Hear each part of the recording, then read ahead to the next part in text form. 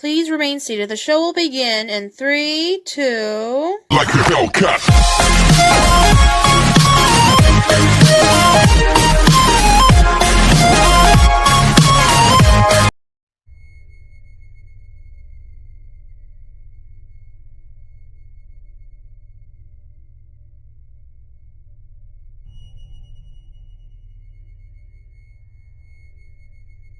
For more awesome content, like and subscribe now. My name is Wendy, and I'm now 19 years old. For further context, I'm a bit of a history buff, and journalism is my passion. I also like taking photos of weird, creepy places, and I enjoy a good horror film from time to time. I never believed in ghosts, witches, aliens, and anything that pertained to fairy tale fantasies. But pulling pranks to scare the shit out of anyone who was asking for it was my specialty. I'll admit, looking back on my crazy antics as a young kid, I realized that I sometimes took it too far, and one day my friends just turned on me. One of them dared me to spend one night at an old rotting theater that the locals called the Phantom's Pavilion, and I asked him what was so special about it. Now, during the events of this story, the year was 2010 and I was 14 years old. On July 10th, 1932, a series of unfortunate events occurred inside the walls of the forgotten landmark that has succumbed to age and neglect for so long. According to several accounts from family descendants of the many victims that lost their lives, said my friend Thomas, 8 stage actors were physically attacked by unseen forces, and half of them were speculated to be demonically possessed. 3 committed cannibalism against most of the audience members. 3 had killed themselves, and 2 had been shot and stabbed multiple times. I arched an eyebrow and crossed my arms, looking at him in disbelief as I snorted and let out a small chuckle. "You really don't believe that place is haunted, do you?" I responded rather confidently. Thomas glared at me furiously and leaned closer to my height. He was a rather tall and much more well-rounded kid who was a star athlete, and he was around 15 to 16 years old. Thomas acted like an older brother to me since I was an only child and had been adopted by my grandparents. Him and his family were very superstitious and were rumored to be ghost hunters or psychic mediums that could communicate with the dead. Now, I come from a very religious family, and my grandparents didn't exactly approve of me hanging around their kind and believed them to be a bad influence. Whenever there was a murder or somebody had died unexpectedly or under mysterious circumstances, Thomas always had a theory that if a place was indeed closed down for decades or hundreds of years, or failed to undergo renovation, or hadn't been lived in for quite some time, or why it was so cheap on a market listing, it had to do with somebody or a group of people getting chased out by ghosts. "Don't be so quick to laugh," Thomas scolded me. "If you are so sure of yourself that what I'm telling you is just another one of my stories, let's test your courage then. Let's see if you can make it to 6 in the morning." My other friend Lacey then spoke up. "I don't think it's a good idea, Tom," she said, her tone laced with worry. "Within the past year, we've had roughly 50 missing persons cases, and all of them are linked to that building. Remember Josie and Sean? They were dared to spend one night in that shithole, and they never came back out." I then looked over at Lacey and placed my hand on her shoulder, giving her a reassuring smile. "I'll be fine, Lace," I said. "For good measure, I'll take photographs and I'll film everything while I'm in there. If I capture a ghost on camera, I promise I'll leave as soon as anything bad happens." Lacey just stared at me hesitantly with a terrified expression on her face, and Thomas just scoffed. So it was Halloween night, and the October air was very humid. The sky was black as pitch, with a strange green hue. I remember walking up the rickety steps with my tablet in hand and my Polaroid camera around my neck. As soon as I approached the withered large double oak doors, I looked behind me and my eyes shifted left to right as to assure myself that I was alone. I then put on my black gloves and removed the wooden planks that sealed off the entrance. I then crawled through, and then I put on my night vision goggles. I then started filming, and to give you a better layout of the building, Just as you enter, the first thing you'd see is a grand chandelier and red carpet everywhere, and in some areas there was wood flooring clearly visible. The chandelier looked well intact, only covered in cobwebs, and the carpet was heavily decorated in various stains and completely worn. The wood flooring was covered in black mold, and the right wall of the room had shown significant signs of decay, where there were some huge holes, and insects were crawling out of them.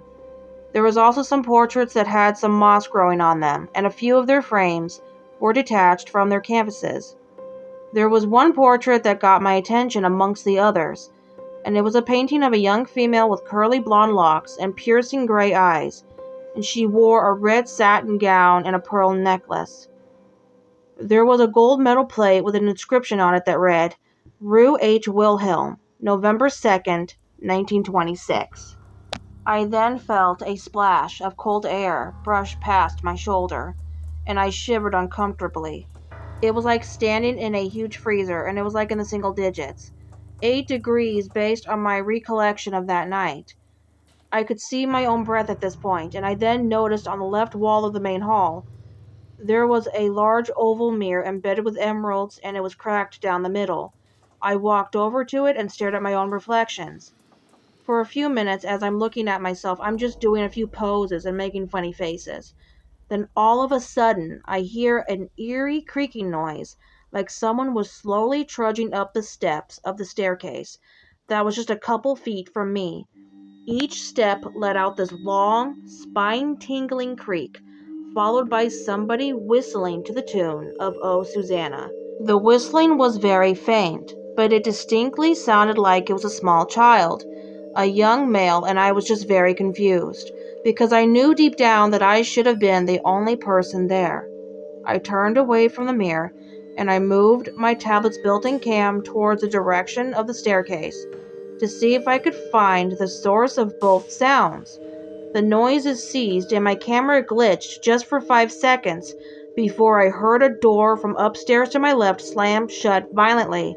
I bolted up the steps, and I stopped suddenly when I stepped in something thick and gooey.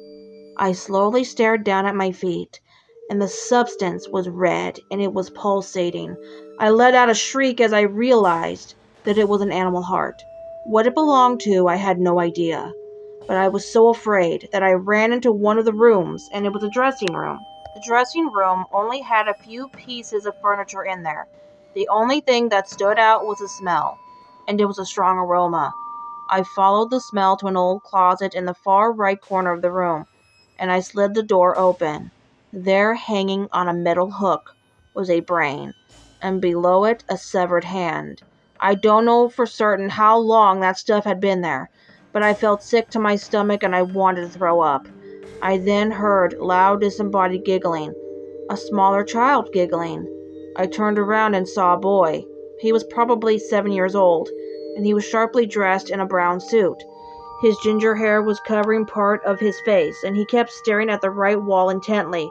He was whistling, and the tune was Oh Susanna. He was only there for 10 seconds before fading away. At that moment, I could have just left and gone home.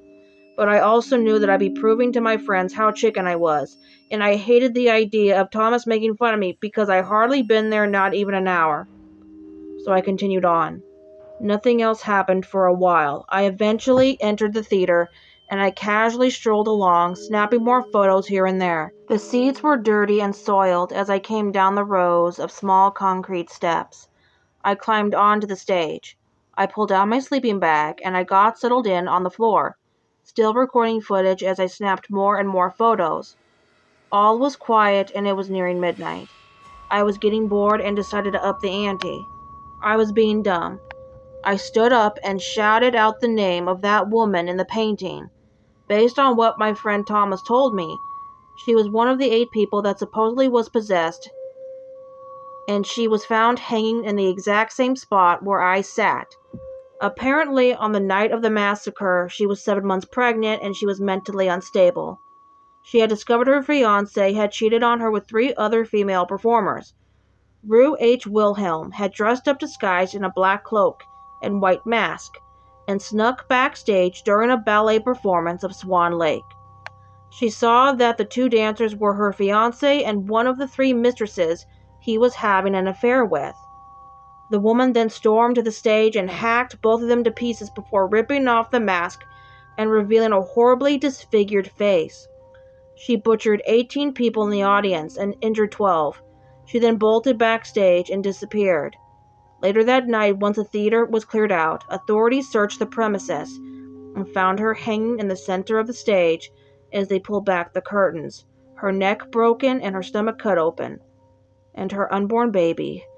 It was like someone took it, and God only knows what happened to it after that night.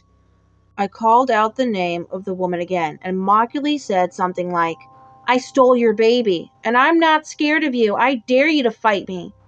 I know, it was stupid and a bad thing to do, and I regret it still. A vase sitting on an iron round table had levitated a good 20 inches off the table and shot in my direction super fast. I ducked quickly and it shattered against the wall behind me. I was now frozen in fear, my hands trembling as I staggered to my feet and picked up my tablet, which was still recording.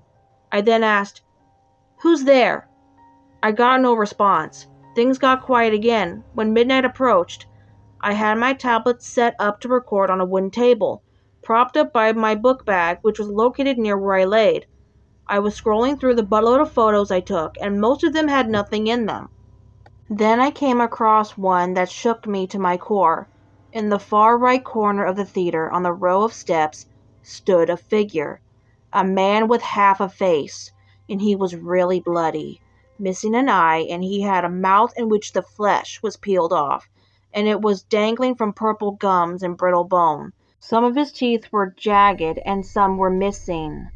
I couldn't quite make out the details of his outfit, but I suspected, and I strongly believe that now the man in the photograph was in fact the fiancé of the woman who was killed.